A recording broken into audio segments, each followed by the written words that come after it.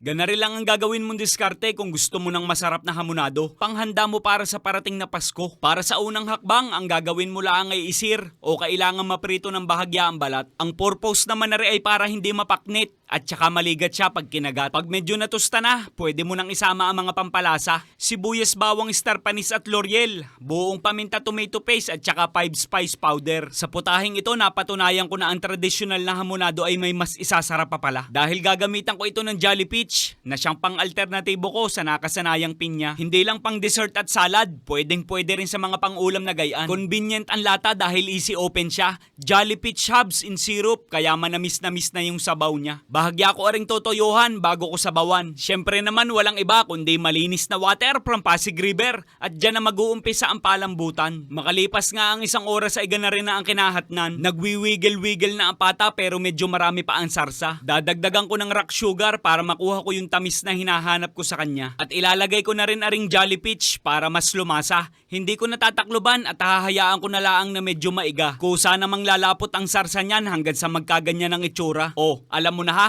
may pandiinan ka ng putahe para sa kahit anong okasyon o kaya sa parating na Noche Buena. Sadya namang takaw tingin at presentable ang itsura. Ang payo ko na lang sa iyo ay 3 pata agad pag nagluto ka. Dahil siguradong magugustuhan na rin ang buong pamilya. Kaya baka kulangin ka. Yan ang sarap ng Jolly Christmas, Pisyan. Bahala ka na. Peach hamonado ay inang!